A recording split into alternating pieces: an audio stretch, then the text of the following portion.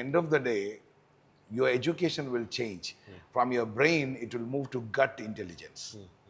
Guts. ഒരാളെ പിടിക്കുമ്പോൾ എന്താ പറയുന്നത്? ഗട്ട്സ് ഉണ്ടെങ്കിൽ തൊറ എന്നല്ലേ പറയുന്നത്? എക്സാക്ട്ലി. അതെന്താ അങ്ങനെ പറയുന്നത്? ചിന്തിച്ചിട്ടുണ്ടോ? ഇല്ല, നമ്മൾ ആ ഒരു ചങ്കുറപ്പ് എന്നുള്ള ഒരു ഇത് മാത്രമേ എടുക്കാറുള്ളൂ. Guts means stomach. Guts intelligence. That is the primary intelligence. ഒരു ബനാന വയറ്റിലേക്ക് വീഴുന്ന മുഹൂർത്തത്തിൽ ഗട്ടാണ് ചിന്തിക്കുന്നത്. അത് സെക്കൻഡ്സിനകത്ത് എവിടെ എന്താ മാഗ്നീഷ്യം ഇങ്ങനെ മാറണം, ഗ്ലൂക്കോസ് ഇങ്ങനെ മാറണം, സെക്കൻഡ്സ്. അല്ലാണ്ട് വയറ്റിലിട്ട് 24 മണിക്കൂർ ഇരുന്ന് ആലോചിച്ച് എന്നാൽ പിന്നെ ഇച്ചിരി ബ്രെയിന് കൊടുക്കാം, എന്നാൽ ഇച്ചിരി മസിനോ, നത്തിങ്.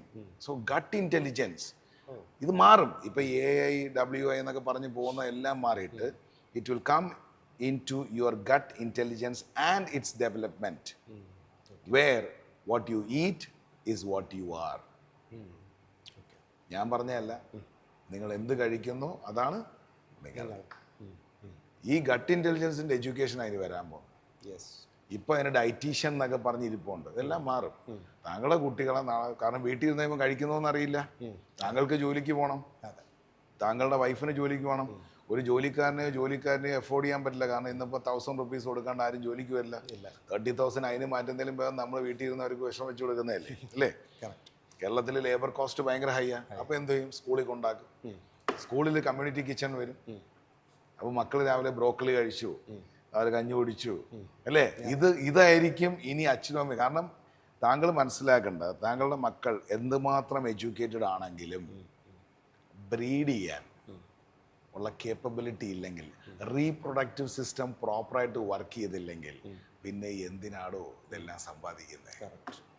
ഒരു പട്ടിയെ വാങ്ങിക്കുമ്പോഴും ശ്രീജിത്തെ രക്തം നോക്കി വാങ്ങിക്കണമെന്നല്ലേ പറയുന്നത്? Genetics. Your food defines it. അവിടാണ് മാറ്റങ്ങൾ ഉണ്ടാവാൻ പോകുന്നത്. ഇന്ന് ഞാൻ ഇച്ചിരി മുമ്പേ, ഇപ്പോൾ ടൈം ട്രാവൽ എന്നൊക്കെ പറഞ്ഞത്, സമയത്തിന് മുമ്പേ ഇച്ചിരി ട്രാവൽ ചെയ്യുന്നു. ഞാനിവിടെ കഴുകി ഉണക്കിയ മുളക് പൊടിയും ശുദ്ധമായ വെളിച്ചെണ്ണയും ഇതെല്ലാം നോക്കിയാണ് നാടൻ കോഴി വറുത്തരച്ചതും എല്ലാം വെച്ചിട്ട് ഞാൻ ഫുഡ് ചെയ്ത് കൊടുക്കുക. വേണമെങ്കിൽ കഴിച്ചാൽ മതി എന്നേ.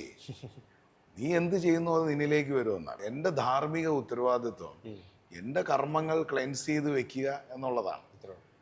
അത് ക്ലെൻസ് ചെയ്യാണ്ട് ഞാനിപ്പോൾ കുറേ ടേസ്റ്റ് എൻഹാൻസറും കുറച്ച് മീറ്റ് ടെൻഡറൈസറും ഇതും എല്ലാം ഇട്ടിട്ട് താങ്കളോട് ഭയങ്കര സോഫ്റ്റ് ആയിട്ടുണ്ട്. നിങ്ങളെ വീട്ടിൽ ചെയ്യാൻ പറ്റാത്ത എനിക്കാണ് ഞാൻ എന്തോ മാന്ത്രികനാവും.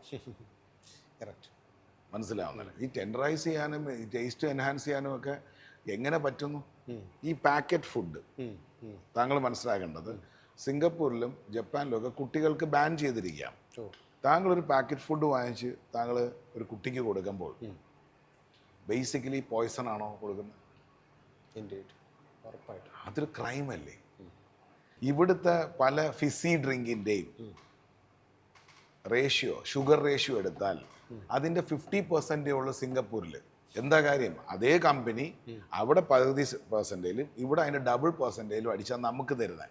അപ്പം നമുക്ക് ചോദിക്കാനും പറയാനും ആരുമില്ലേ? ഇന്ത്യൻ മാർക്കറ്റ് എന്ന് പറഞ്ഞ പ്രത്യേക ഒരു ഇതുണ്ടല്ലേ? ചോദിക്കുക, നമുക്ക് ചോദിക്കാൻ പറയാൻ ആരുമില്ലേ? ഈ ഹെൽത്തി നേഷൻ എന്ന് പറയുന്നതാണ് ഒരു വെൽത്തി നേഷൻ. എക്സാക്ട്ലി അല്ലേ? താങ്കൾ ഇപ്പം സ്മാർട്ടായിട്ടുണ്ട്, ഞാൻ സ്മാർട്ടായിട്ടുണ്ട്, എനിക്ക് 2 മക്കൾ ജനിച്ചു. അതൊക്കെ എൻ്റെ പിതൃക്കൾ ചെയ്ത പുണ്യമാണ്. എൻ്റെ പിതൃക്കൾ ചെയ്ത പുണ്യമാണ്, എൻ്റെ അല്ല. ഞാൻ കഴിക്കുന്നതാണ് എൻ്റെ മകൻ, എൻ്റെ മകൻ കഴിക്കുന്നതാണ് കമ്മിങ് ജനറേഷൻ. അപ്പം ഫുഡല്ലേ കറക്റ്റായിട്ട് ക്ലെൻസ് ചെയ്യേണ്ടത്. കറക്റ്റ്. ഈ എഡ്യൂക്കേഷനാണ് as a food scientist or as an educator in being into this hotel industry, I love to inform people. ഞാൻ സ്പ്രെഡ് ചെയ്തുകൊണ്ടിരിക്കുക. അതല്ലാണ്ട് നിങ്ങൾക്ക് ബിരിയാണി ഇവിടുന്നും കഴിക്കാം, അപ്പുറത്തുനിന്നും കഴിക്കാം, എവിടുന്നും കഴിക്കാം. വൈ ഷെഫ് നളൻ എന്ന ചോദ്യത്തിന് ഉത്തരവ് ഞാൻ പറഞ്ഞു. ക്ലിയർ അല്ലേ? ഗ്രേറ്റ്. യെസ്. പേരിൻ്റെ ഒരു കൗതുകം, അതായത് ഇപ്പോൾ ഷൈൻ എന്നുള്ളൊരു വ്യക്തി, നേരത്തെ നമ്മൾ പറഞ്ഞ പോലെ ഷെഫ് നളനിലേക്കുള്ളൊരു ട്രാൻസ്ഫോർമേഷൻ. അപ്പോൾ ഈ നളൻ എന്ന് പറയുമ്പോൾ നമ്മുടെ പുരാണങ്ങളിലും ഒക്കെ ഒരുപാട് കേട്ട്, അല്ലെങ്കിൽ ഭക്ഷണത്തിൻ്റെ ഒരു എന്താ പറയണ്ട ഏറ്റവും അവസാന വാക്കെന്നൊക്കെ പറയും അല്ലേ നമ്മൾ. അപ്പോൾ അത് എങ്ങനെയാണ് ആ ഒരു അതിലേക്ക് ഒരു കണക്റ്റ് ആയത്, അല്ലെങ്കിൽ ആ ഒരു മെറ്റമോർഫോസിസ് എങ്ങനെയാണ് സംഭവിച്ചത്? ബേസിക്കലി ഞാനൊരു MBA പേഴ്സണാലിറ്റിയാണ്. ഞാൻ പഠിച്ചതും വളർന്നതെല്ലാം പുറത്താണ്. ഞാൻ ജനിച്ചത് തന്നെ വായിൽ സ്വർണ്ണക്കരണ്ടിയാണ്. എൻ്റെ അച്ഛൻ എന്നെ അങ്ങനെയാണ് വളർത്തിയിട്ടുള്ളത്, എൻ്റെ അച്ഛനും അമ്മയും. ഞാൻ കോളേജിൽ പഠിച്ചപ്പോൾ ഉള്ള ബൈക്കാണ് സുസുക്കി ഷോഗൻ. കോളേജിൽ എനിക്ക് വാങ്ങിച്ചത്. അന്ന് ഇതിന് 19 മൈലേജേ ഉള്ളൂ. അന്ന് 19-20 മൈലേജേ ഉള്ളൂ. അല്ല, ഇതൊക്കെ കാണുമ്പോൾ തന്നെ താങ്കൾ എത്രത്തോളം അതിനെയൊക്കെ വാല്യൂ ചെയ്യുന്ന ഒരാളാണെന്ന് നമുക്ക് എൻ്റെ അച്ഛനും അമ്മയും വാങ്ങിച്ചെന്ന എൻ്റെ ഫസ്റ്റ് ബൈക്കാണ്. അന്ന് അന്ന് ഇതിന് 28 mileage, to be very precise, 28 mileage. എൻ്റെ കൂടെ ബൈക്ക് വാങ്ങിച്ച വ്യക്തിത്വമാണ് അയ്യപ്പാസിൽ ആനന്ദ്, എല്ലാം ഉണ്ട്. ഞങ്ങളെല്ലാം ഒരു ഗ്യാങ് ആയിരുന്നു. അപ്പം അന്ന് കൊല്ലത്ത് 2 ഷോഗണോ 3 ഷോഗണോ ഉള്ളു. അന്ന് എന്നെ അങ്ങനെ പഠിപ്പിച്ച്.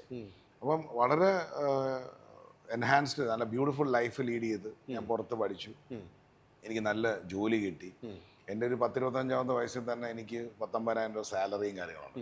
അപ്പോൾ ഈ വിഷയം എന്ന് പറഞ്ഞാൽ ഈ ബ്രോയിലർ ആയിരുന്നല്ലോ, നമ്മളെ ടിപ്പിക്കൽ ഒരു കേരളീയൻ സ്ട്രക്ചറിൽ വളർന്ന അല്ലാത്തതുകൊണ്ട് നമ്മൾ ഈ എല്ലാ മാസവും, അന്ന് എയർ ഇന്ത്യ എക്സ്പ്രസ് ഓപ്പൺ ആയ സമയമാണ്, എല്ലാ മാസവും ഞാൻ നാട്ടിൽ വരും. ഇപ്പോൾ ചിന്നക്കടയിൽ പോകുന്നതാണൊക്കെ എന്നാണ് പറയുന്നത്. അപ്പം അന്ന് ഉണ്ടാക്കിയെടുത്ത, ഇപ്പോൾ കുടുംബത്തിനകത്തും പുറത്തുമായിട്ട് കുറച്ച് സൗഹൃദങ്ങളുണ്ടായി. എനിക്കങ്ങനെ പൊതുവേ മലയാളികളുമായിട്ടോ ഇല്ലെങ്കിൽ ഞാൻ പുറത്ത് പഠിച്ചതുകൊണ്ട് അറബികൾ, ഇംഗ്ലീഷുകാർ, ജർമ്മൻ അങ്ങനെയുള്ള ആൾക്കാരുമായിട്ടോ കൂടുതലും സൗഹൃദം. എനിക്കങ്ങനെ ടിപ്പിക്കൽ മലയാളികളുമായിട്ടുള്ള സൗഹൃദം കുറവാണ്. പിന്നെ NRI മലയാളികളുണ്ട്. അവർ പാവപ്പെട്ടവന്മാർ അവിടെ വന്ന് ഒരു ബെഡിൽ കിടന്ന് പഠിച്ച് വളർന്ന് വന്നവരാണ്. അപ്പോൾ അവർക്ക് നമ്മളെ വേദനകൾ കൂടുതൽ കണക്ട് ചെയ്യാൻ അറിയാൻ പറ്റും. പക്ഷേ നാട്ടിൽ വരുന്നവർ നോക്കുന്നത് നമ്മളിൽ ക്രിസ്മസ് പപ്പ് വരുന്നതാണ്, എങ്ങനെ നമ്മളെ മാക്സിമം എക്സ്പ്ലോയിറ്റ് ചെയ്യണമെന്നുള്ളത്. അപ്പോൾ നമ്മൾ വരുന്നു, മദ്യപാനം, ഫുഡ് ഇതെല്ലാം കൊടുക്കും. കഴിയുമ്പോഴത്തേക്ക് ഇവർ ഒരു 8-8 6 കാണും, ഒരു ഗ്യാങ് പോലെ നിൽക്കുന്നത്. അപ്പോൾ ഇവരിൽ നിന്നും ഇവരുടെ അച്ഛനും അമ്മയും നോക്കാൻ നേരത്ത് ഇപ്പം എൻ്റെ തന്നെ ബന്ധത്തിലുള്ള ഇതാണെങ്കിൽ പോലും ഞാൻ വലിയ നിലയിൽ ബാക്കിയുള്ളവരാരും എത്തുന്നില്ല. അപ്പം എൻ്റെ അടുത്ത് വന്നിട്ട് വേണ്ടാ, നീ ഇവനെ കൂടെ കൊണ്ടുപോകണേ, ഇവനെ കൂടെ കൊണ്ടുപോകണം. ഞാൻ ലൈഫിൽ ചെയ്ത ഏറ്റവും വലിയൊരു അബദ്ധം എൻ്റെ അച്ഛൻ്റെ വാക്ക് കേട്ടില്ല എന്നുള്ളതാണ്. എൻ്റെ അച്ഛൻ പറഞ്ഞായിരുന്നു, നീ അത് ചെയ്യരുതെന്ന് പറഞ്ഞായിരുന്നു. പക്ഷെ ഞാൻ ഇവരെല്ലാം കൊണ്ടുപോയി, അത് തന്നെ എനിക്ക് കുരിശായി മാറുകയും ലാസ്റ്റിൽ വളരെ വലിയ ദുരന്തത്തിലേക്ക് ഞാൻ ചെന്ന് അവസാനിക്കുകയും എല്ലാവരും കൂടെ ചേർന്ന് എന്നെ പിടിച്ച് പറിച്ച് തട്ടിപ്പറിച്ച് എനിക്ക് സ്വന്തമായിട്ട് വീട് പോലും ഇല്ല, ഇന്നുമായിട്ടില്ല. അത് ശരി, മനസ്സിലായില്ല. എൻ്റെ വീടെല്ലാം നഷ്ടപ്പെട്ടു, എൻ്റെ എല്ലാം നഷ്ടപ്പെട്ട് നടു റോഡിൽ വന്ന് നിന്നൊരു വ്യക്തിത്വം ഞാൻ. അതിനകത്തെല്ലാം ബലിയാടായതെന്ന് പറയുന്നത് എൻ്റെ വൈഫാണ്. എൻ്റെ വൈഫ് ബേസിക്കലി ഇപ്പോൾ PhD ചെയ്തുകൊണ്ടിരിക്കുകയാണ്. അപ്പോൾ പുള്ളിക്കാരിയെ പോലും ഇതിനകത്ത് വലിച്ചഴച്ച്, പുള്ളിക്കാരി ഒരുപാട് മെൻ്റൽ ട്രോമ അനുഭവിക്കേണ്ടി വന്നു. ഇതിനെല്ലാം ഒരു പ്രായശ്ചിത്തം എന്ന രീതിയിൽ ഞാൻ നാട്ടിൽ വരുന്നു, എല്ലാം നശിച്ച് നാട്ടിൽ വന്നു. ഒരു 6,000 രൂപയ്ക്ക് ഒരു ചെറിയ വീട് വാടകയ്ക്ക് എടുത്ത് അവിടെ ഈ ബൈക്ക് അടിച്ച് സ്റ്റാർട്ട് ചെയ്ത് BMW X5 X6 നിന്നുമാണ് വീണ്ടും ഷോഗണിലേക്ക് വരുന്നത്. ഈ ബൈക്കിലാണ് മോനെ സ്കൂളിൽ കൊണ്ടാക്കുന്നത്.